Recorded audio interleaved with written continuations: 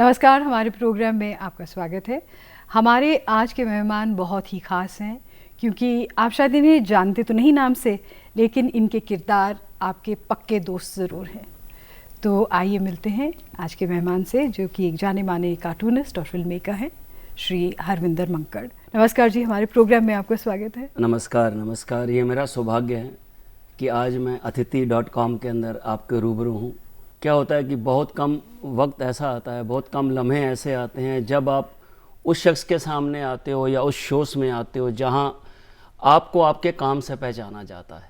आप हर किसी के घर का एक हिस्सा हैं, मोटू पतलू के ज़रिए। जी, उसके बारे में बताइए, उसकी शुरुआत कैसे हुई? आप खुद शायद 12-13 साल के थे जब आपने... जी, मैं 12-13 साल का था, स्कूल में ही पढ़ता था। तो क्या होता है, उस ज़माने में ये ना कंप्यूटर थे ना लैपटॉप थे, तो दीवारों पे कोयले से आड़ी तिरछी रेखाएं खींचते खींचते कब उन्होंने कोई शेप लेनी शुरू कर दी, कब उन्होंने कोई चेहरे बनने शुरू हो गए। तो एक मैगज़ीन, बहुत हिट मैगज़ीन आती थी, तो उसके अंदर मैंने शुरू किया उसको बनाना। मैं 13 साल का था। कई बार आप एक सफ़र की सिर्फ शुरुआत करते हैं, आपका एक कदम आगे बढ़ता है, आपको ये मालूम नहीं होता कि मंजिल किस रूप में आप पे बाहें फैलाए खड़ी है या किस रूप में आपको आगोश में लेने के लिए तत्पर है। वो शुरुआत, वो मोटू पतलू की, आज उसने पूरी दुनिया में अपना एक नाम किया। और आप कह रहे थे कि आप अपने काम से पहचाने जाते हैं, ये बहुत ज़रूरी है। क्योंकि एक शेर मैं अर्ज़ करता हूँ कि नदी हैरान है, नदी हैरान है कि समुंदर क्यों कम डोलता है। नदी हैरान है कि समुंदर क्यों कम डोलता है, नदी नहीं जानती जो खुद चुप रहते हैं उनका काम बोलता है। वाह, बहुत तो जब आपका काम बोले, जब आपकी औलाद, जो अगर ये कैरेक्टर्स आपके बच्चे होते हैं, आपके बच्चे के नाम से आपको पहचाना जाए, तो दुनिया में इससे बड़ा वो लम्हा और कोई नहीं होता है माँ बाप के लिए या क्रिएटर के लिए या उसको बनाने वाले के लिए। तो बस वही है। तो वो तब से मोटू पतलू शुरू हुआ। और एक मात्र यही कैरेक्टर हैं जो पहले मपेड में आए, पपेट्स में आए, 2D एनिमेशन में आए, प्रिंट में आए, फिर 3D एनिमेशन में आजकल है। और मैडम तुसाद दिल्ली के अंदर एकमात्र वर्ड के मोटू पतलू जिनकी वो इमेजेस लगी हैं मोम की, जो लगती हैं अभी आप दिल्ली में अगर आप देखें तो ये बड़ी खुशकिस्मती होती है कि आपको नहीं पता कि वो ऊपर वाला किस नज़रिए से आपके ऊपर एक दया दृष्टि बना के बैठा हुआ है।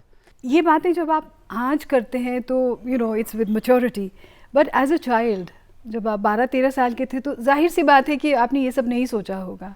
सो अगर आप कार्टून्स बना भी रहे थे, what drew you to get them printed? बिल्कुल सही कह रही हैं आप, बहुत खूबसूरत सवाल है ये कि जब कुछ कर रहे हैं। आजकल मैं बहुत अक्सर सवाल पूछा जाता है कि आपको इतने अवार्ड्स मिले हैं, आपको ये मिला है, तो मैं अक्सर यही जवाब उसमें आता है कि जब आप काम करते हैं ना, तब आप ये नहीं सोचते कि ये काम अवार्ड के लिए किया जा रहा है। बिल्कुल, आप अपने काम को काम के नज़रिए से पूरी शिद्दत से करते हैं। वो उसके बाद की बात है कि उसको पब्लिक पसंद करती है या दुनिया पसंद करती है, तो आपको नवाजती है, कभी सम्मान से, कभी किसी चीज़ से। तो जब बना रहे हैं उस समय नहीं मालूम हमको कि ये मोटू पतलू इतना हिट होगा या शेख चिल्ली इतना हिट होगा या मिन्नी और बहुत सारे चरित्र जैसे नटखट नीटू, चेला राम, बहुत सारे अलग अलग चरित्र हैं जो आज टीवी पे आ रहे हैं या आने के लिए तत्पर हैं। तो वो उस समय हमारा मकसद होता है कि मुझे एक अच्छी चीज़ करनी है। या मुझे उस समय जो वक्त की आप बात कर रहे हैं, तब तो बहुत कम पैसे मिला करते थे, तो हमारे लिए बहुत होता था कि हमने एक हार्ड वर्क किया और हमें उसके बदले कुछ पैसे मिल गए। वो बहुत बड़ी, एक पहला कार्टून जो मेरा छपा था उसके 10 रुपये मिले थे। शायद आज 10 करोड़ से भी ज़्यादा उस 10 रुपये के नोट की कीमत महसूस होती है, क्योंकि वो फर्स्ट कमाई थी, वो पहली इनकम थी जो आप स्कूल पढ़ते बच्चे के हाथ में आती है। तो वो बड़ा अच्छा लगता है। उस समय बहुत मैगजीन्स होती थी, तब बहुत कुछ था प्रिंट एरिया में। धीरे धीरे धीरे डेवलप हुई दुनिया, आपका इलेक्ट्रॉनिक मीडिया हैवी होता चला गया, तो वक्त के साथ मुझे बदलना पड़ा। जो लोग वक्त के साथ नहीं चलते ना, तो वो फिर पिछड़ जाते हैं। किसी ने महात्मा गांधी जी से कहा था आप इतना तेज क्यों चलते हैं, तो उनका बहुत खूबसूरत जवाब था कि मैं वक्त के साथ चलता हूँ। अगर मैं वक्त के साथ नहीं चलूँगा तो मैं पीछे रह जाऊँगा। बहुत लोग थे मेरे साथी, वो शायद बेचारे कहीं नहीं हैं क्योंकि उन्होंने बदला नहीं अपने आप को।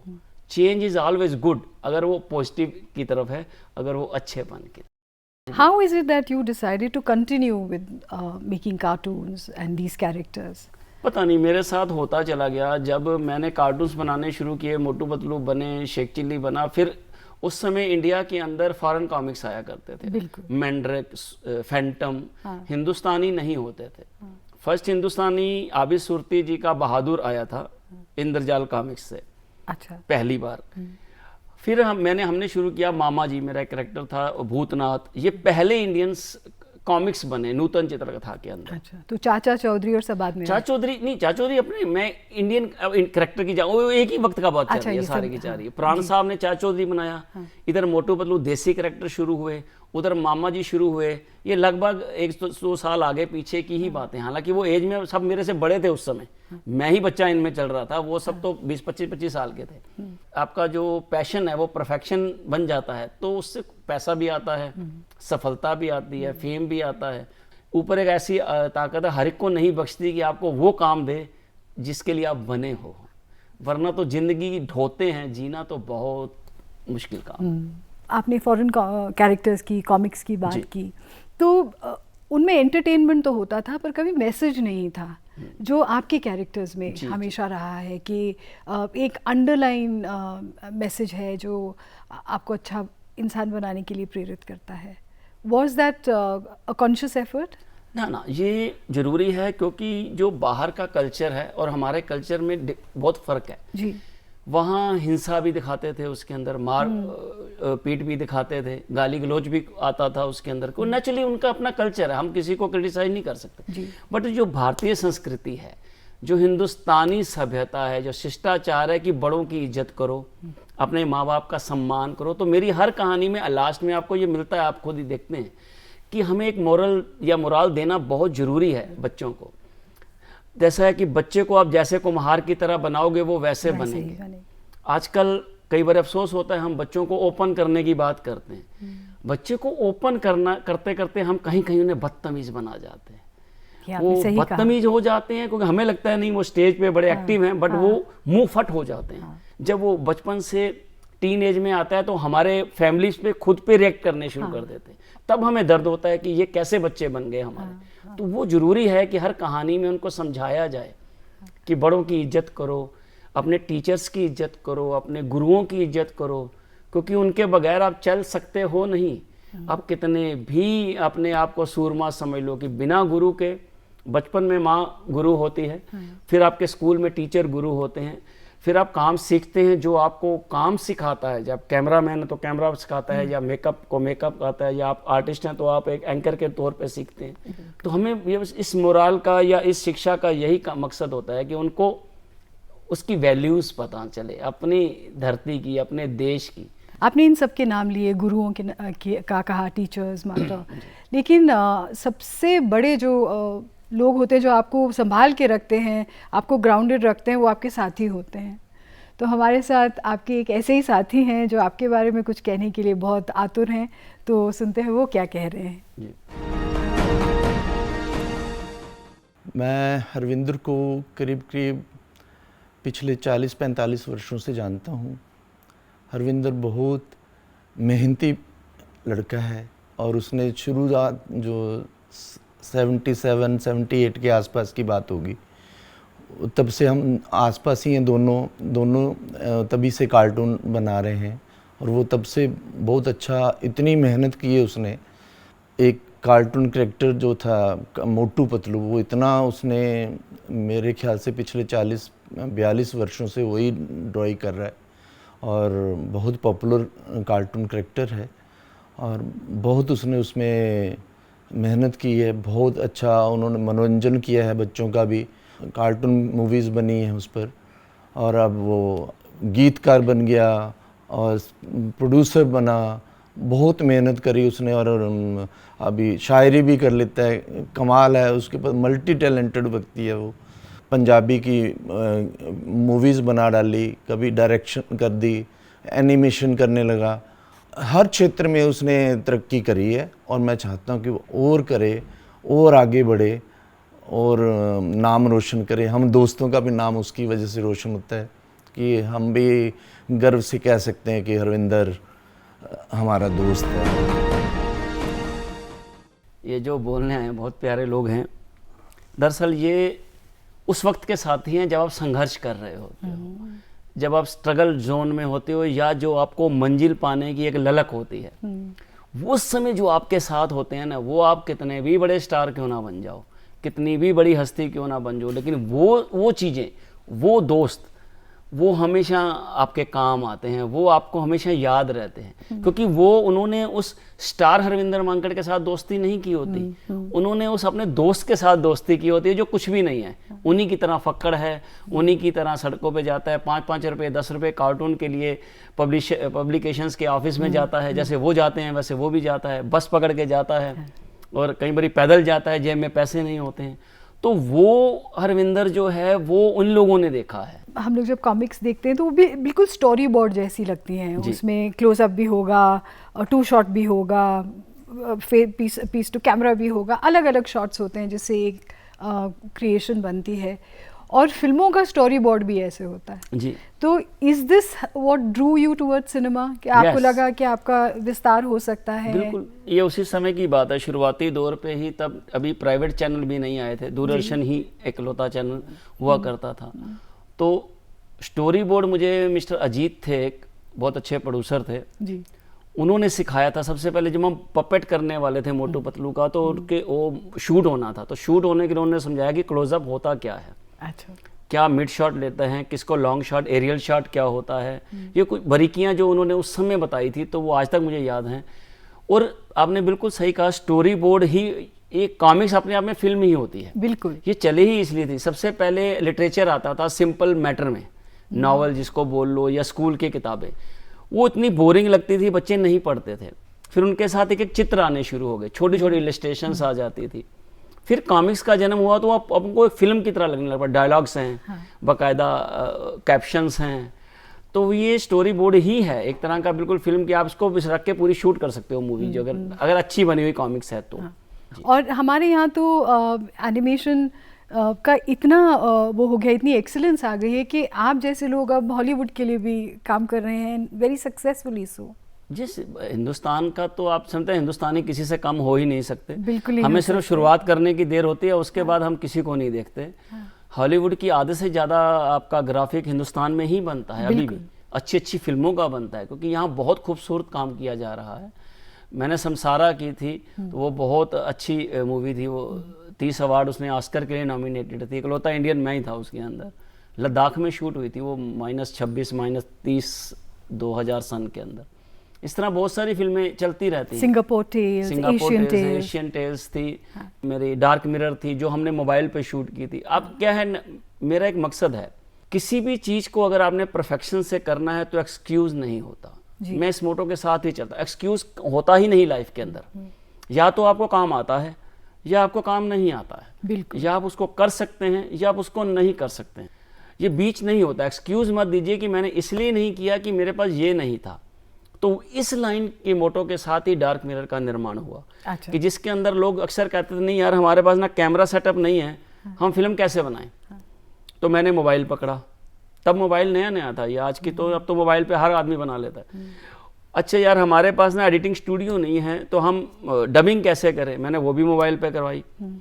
वो पूरी फिल्म मोबाइल के ऊपर एडिट हो के, ग्राफिक बन के, और उसके अंदर म्यूजिक पे 3 गज़लें भी हैं उसके अंदर। अच्छा, हाँ जी हाँ। वो जब गई तो उसने भी 30-35 अवार्ड पूरे वर्ल्ड के अंदर जीते। तो मकसद ये नहीं है कि मैंने कोई कमाल किया, मकसद ये है कि आपके पास कम साधन है, लेकिन अगर आपकी इच्छा शक्ति सुदृढ़ है, आपका फोकस क्लियर है, आपका टारगेट क्लियर है, तो आप दुनिया का कोई काम असंभव नहीं है। पाना है घर मंजिल को तो अपनी सोच को बदलो, कश्तियां बदलने से कभी साहिल नहीं मिला। वाह क्या बात। हम कश्तियां बदलने में लगे रहते हैं, ये लाइन अच्छी नहीं है, चलो अब इधर चले जाते। अरे यार जिस फोकस में आप हो ना दोस्त, आप उसमें शिद्दत से लगे रहो। ऐसा हो नहीं सकता कि कायनात सजदा ना करे, ऐसा हो ही नहीं सकता। सुन फरियाद पीरा दिया पीरा, आख सुनावा कैनू हूँ, तेरे जिया मैनू होर ना कोई ते मेरे जिया लख तैनू हूँ। खोल ना कागज वधियां वाले, दर तो ना तक्की मैनू हूँ, मैं विच ऐड गुनाह ना होंदे तू बख्शेंदो कैनू। क्या बात। अगर हम में गुनाह नहीं होते, हम में कमियां नहीं होते, तो फिर वो उसकी जरूरत ही क्या थी।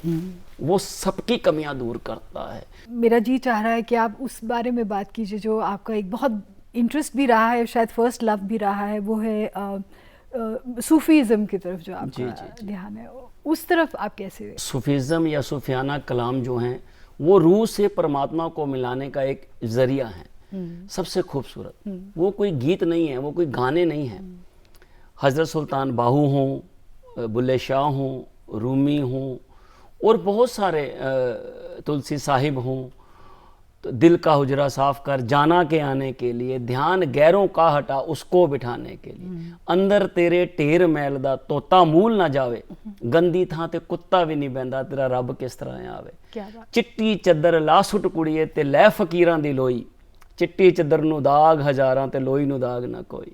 बहुत सो वो आपको आपकी असलियत बताता है सूफियाना, आपके अंदर की उस दर्द को उजागर करता है और आपकी रूह को छेड़ता है, भाई तू आया किस लिए था?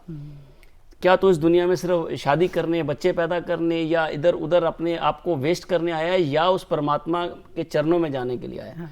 तो वो सूफीज़म आपको दीवानगी की हद तक ले जाके परमात्मा से मिला। आपने सूफ़ी कलाम की बात की और ख़ुद को ढूंढने की बात की, तो मुझे लगता है हमें हमारे दोस्त सबसे अच्छा पहचानते भी हैं और हमारे साथी हैं जो दरअसल हमें ढूंढ कर संभाल कर रखते हैं। और आपके एक साथी हैं जो इस वक्त हमारे साथ जुड़ रहे हैं और कुछ कह रहे हैं। हरमिंदर, काफ़ी दिनों बाद तुम्हें देख रहा हूँ, लेकिन मेरे को तो वो दिन याद आता है जब तुम पहले मधु मुस्कान में एक बार आए थे। यू आर वेरी यंग उस टाइम, और उस टाइम ही मेरे को लगा था कि इस लड़के में दम है और ये जो है ये काफ़ी ऊंचाइयों तक जाएगा, और वही हुआ, तुमने प्रूव किया। और you have been always in touch with me, और मेरे साथ हमेशा तुम अपने शेयर करते हो, सारी फीलिंग्स वगैरह शेयर करते हो, अच्छा लगता है। और तुम्हारे मजाक और तुम्हारी सिंसियरिटी और अच्छी फीलिंग आती है तुम्हारे बारे में जब भी मैं सोचता हूँ, जब भी मैं पढ़ता हूँ तुम्हारे बारे में, जब भी मैं तुम्हारी ये बनाई हुई चीज़ें देखता हूँ, तो मेरे को बड़ी अच्छी फीलिंग एक आती है कि तुम जो हो बड़े सही अपने, यू आर वेरी फोकस्ड अपने काम के ऊपर, तुम्हारा फोकस इतना बढ़िया है कि मेरे को आई फील वेरी प्राउड।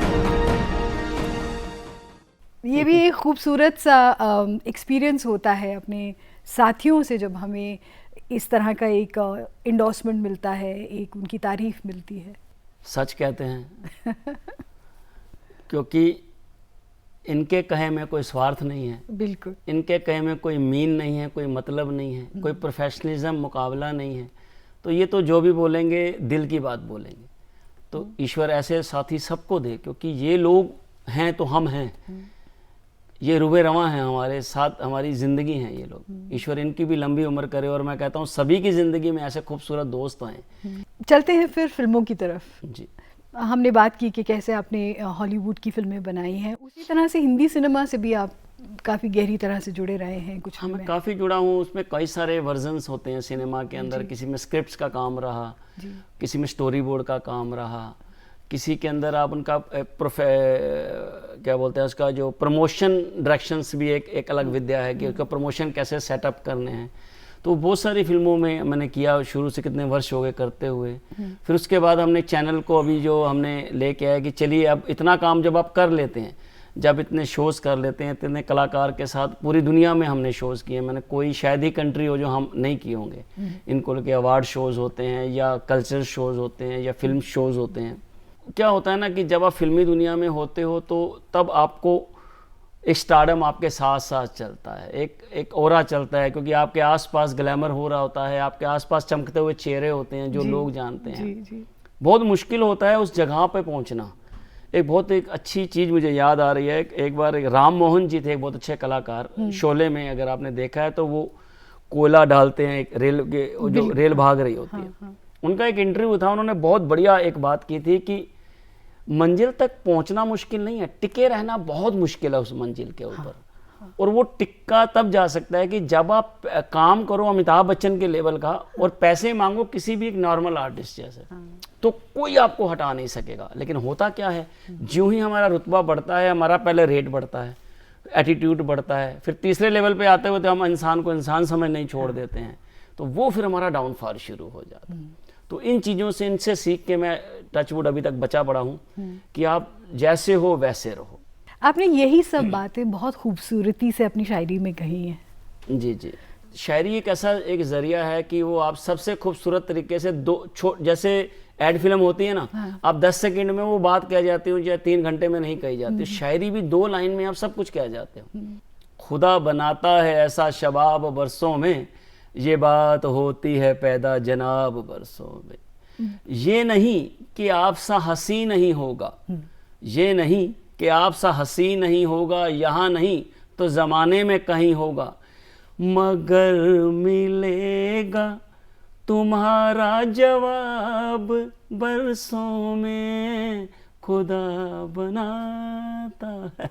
ये बहुत खूबसूरत आपने बात कही, क्योंकि मन के इंसान के मन की बात होती है, उसको पत्थर में भी खुदा दिखता है। तो यही बात आपने आज कर दी। दिसदा है कोई शक नहीं, साड़ी वेखण वाली अख नहीं, ओदे यार निराले ने पत्थरां चो लब लैंदे जेड़े अखियां वाले ने।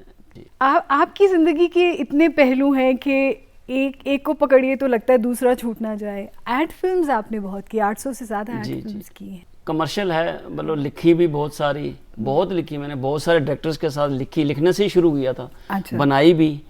वो कमर्शियल ऐड तो एक कमर्शियल कमाई का जरिया है, रोजी रोटी भी खानी है इंसान ने। आप तरह तरह के जब काम करते हैं तो ये कैसे करते हैं? क्या होता है, जब आप वर्सेटाइल कहा जाता है, जब आपको ये कहने में आसान लगता है, सुनने में अच्छा लगता है, पर ये आपके ऊपर जिम्मेवारियां उसने दी हैं बहुत सारी।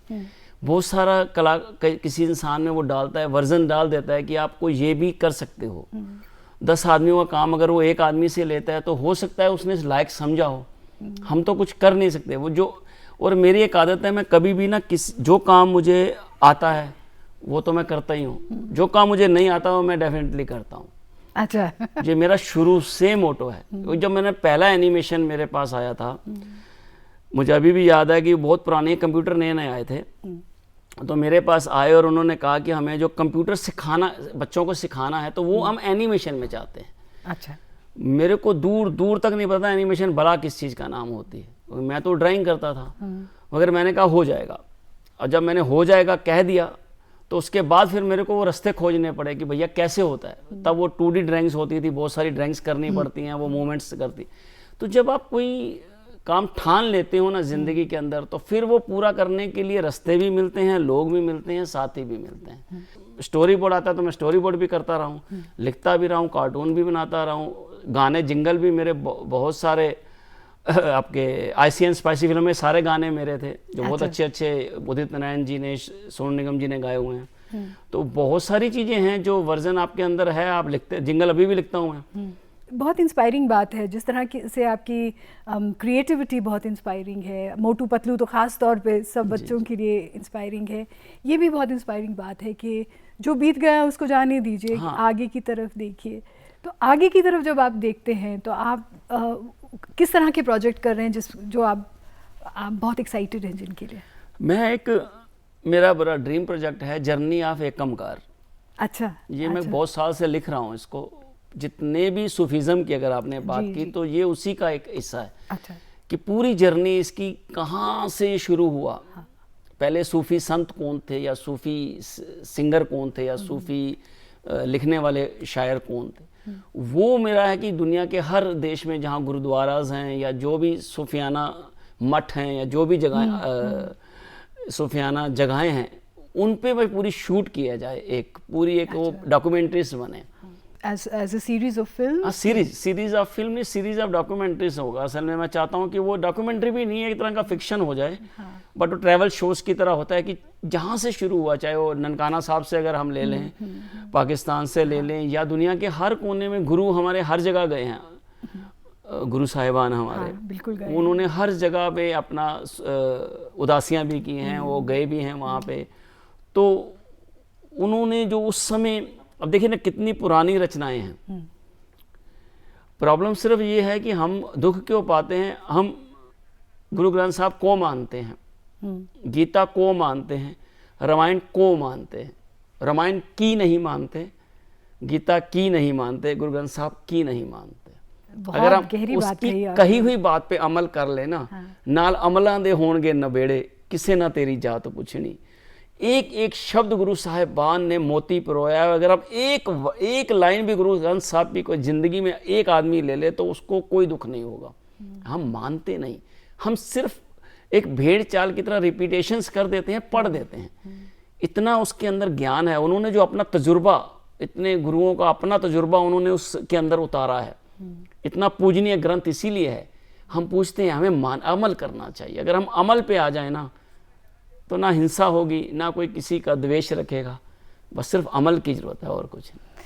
आपने ये बहुत अच्छी बात कही कि अमल की ज़रूरत है। हम जिन गुरुओं को मानते हैं उनकी माननी ज़रूरी है, उनकी माननी ज़रूरी है। और इतनी सारी आपने हमसे आज बातें की, इतनी फ़िलॉसफ़ी की बातें की, उसके लिए आपका बहुत बहुत धन्यवाद। शुक्रिया, बहुत बहुत आपका धन्यवाद कि मुझे आपके सामने आज बैठने का आपने मेरे को इस लायक समझा, और मैं बहुत खुश नसीब हूँ। थैंक यू जी, शुक्रिया। Thank you so much.